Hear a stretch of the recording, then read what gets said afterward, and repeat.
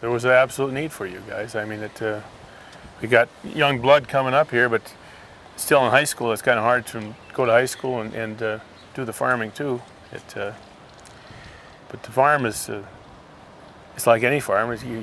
Thing is survival. I mean, you got to keep going. You got to have some manpower. You get beat up bad enough, well, somebody's got to pick up the football and run with it. I'm a junior. I just finished my junior year at Burlington High School. So, well, the farm is basically it's about 50-50 grain and cattle. A lot of it's pasture land. We raise Hereford cattle. We calved about 500 cows out. Calving is pretty much complete. I did get some help with the calving. My son, this winter, he spent as much time taking care of the cattle as he did going to school. Most of the land we own ourselves, and we rent a little bit of it, but it's owned by the family members. The 1st of November of last year, we still had 2,000 acres of crop to take off. And it was a wet October. We were hustling, trying to get our crop off. We were getting closer to freeze up. We thought maybe it was time to get some of these cattle a little closer to home in case we would get snow. And we had quite a herd of cattle south of here, and we drove them home. And we had 14 people helping us, and it was a good day. It was a beautiful day. And we got the cattle all home, and they were in the yard. I said, it's a good day. Nobody got hurt, and we didn't have to butcher. And there was a bull that ran back out on the highway. And we went out to get him, and he looked a little high-headed. And there was guys on four-wheelers and guys on horses. I said, everybody be careful. He might take somebody. And I went to get him in, and he took my horse. And in the process of doing so, he broke my leg. He hit the horse 3 times, and he broke the leg on the first hit, and then he hit 2 more times. And I ended up ride to the hospital in an ambulance. Spent 4 days in intensive care. They set the leg here in Minot. Then I got an air ambulance ride to Rochester, and I spent another 16 days down there. And I came home with a fixator and had skin grafts, and I got beat up pretty bad. The leg was broken more than one place, and it just takes a little time to recover. I came home before Christmas in a wheelchair, and I spent a little more time here in the hospital in Minot with infection. And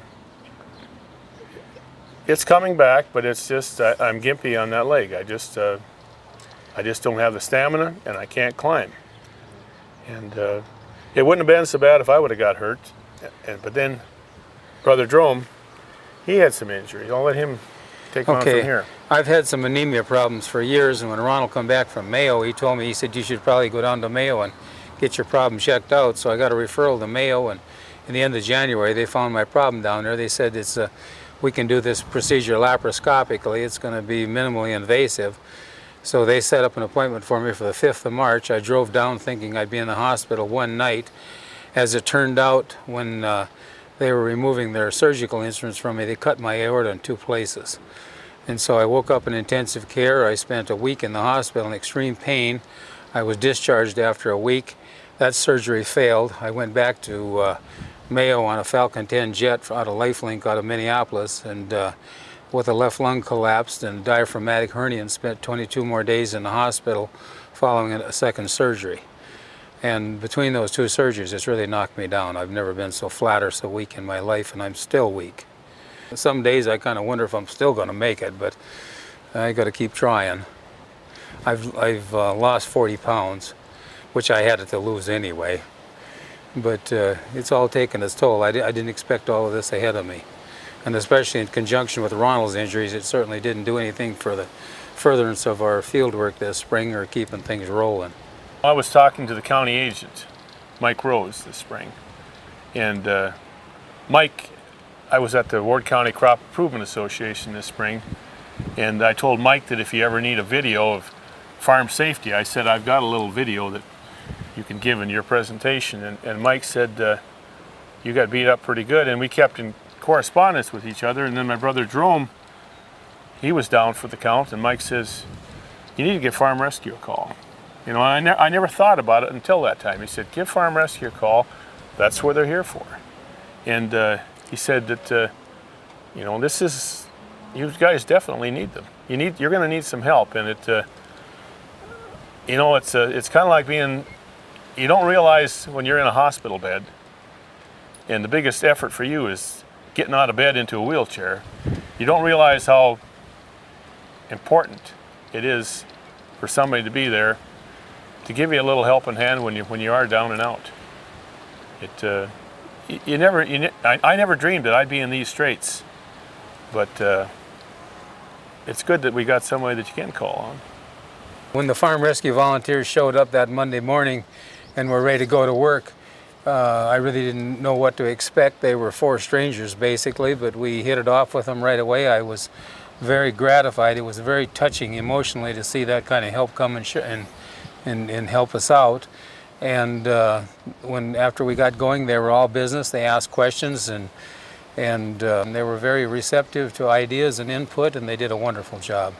I just couldn't be more impressed.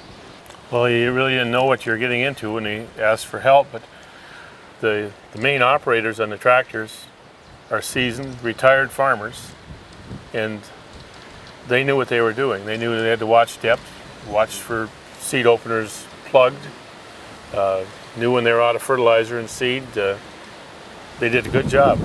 Well, I was well satisfied, impressed would be a better word to describe the people that you've got doing the actual hands-on work. They covered a lot of ground. They did a good job. There was no wrecks of any kind, and when one guy stepped off, there was a replacement to get right back on, and from daylight to dark, the tractor was moving. And the humor of the volunteers and the camaraderie, it seemed like one was always throwing a dig into the other. And Louis Rothman was running the air seeder. Louis is a good man, very good man. We had Charles Barch, and Charlie, he's got a sense of humor to him. He's kind of soft-spoken and quiet, but Charlie likes to cut up a little too. And Bill Crumwoody, and Bill he doesn't say much, but Bill has got quite a sense of humor too. We had a good time together, and 2 individuals that were here from Florida, Steve Nelson and Jerry Anderson. They were here, and Jerry was a plumber, and it didn't take him long to figure out. He was telling me how we should have plumber and hydrous tank to get a little better performance out of it, our holding facility. But they were very good workers. Ever since Farm Rescue was created, I've watched the ads that have been shown on TV, the sponsorships that have been shown on both television and in the Ag Week, and I've read all of that, just voraciously because I was interested and I liked to see what those people were doing. I never did figure that we'd ever have the time or the occasion to have to call and lean on Farm Rescue. I'm so glad that you people were here when we needed you, and I would personally like to thank all of your sponsors. I'm interested in their welfare, and I would certainly patronize those people at any time. I think it's a very commendable effort, and it's wonderful to see that you have the broad sponsorship that you do. And I'm glad to see it portrayed on your vehicles. I've read all those ads and tried to remember who was there. I, for one, patronize people that are willing to do what these sponsors are doing, because it's good for the community, it's good for the state. And for the ag sector in North Dakota, the future of North Dakota farms is still family farm. Anybody who is in a position that needs help, I would encourage those individuals by all means to contact Farm Rescue and talk to the personnel in the office, get an application. When Ronald first called me, I was on my back at the hospital at Mayo Clinic, and he said something about getting Farm Rescue to help, and I thought about it for a while, and he said you get a hold of your doctor and have him type up a resume to tell him to Farm Rescue why you're here. And yeah, it was hard to swallow the pride. I do like being independent. So yeah, there was some swallowing of the pride, but one of the neighbors told me one evening when I took him and the other neighbor home that had been combining for us, he said, it's harder to receive than it is to give. And he said, you guys have been in a giving position before. And he said, now it's your turn to receive. And he said, you just sit back and let us help you out, because he said, you've helped us out before. And it was a very gratifying thing to hear. I never thought about it that way before, but not because we want it to be, but it was our turn, I guess, to be in a position where we were looking for help, and I very much appreciate you people from Farm Rescue.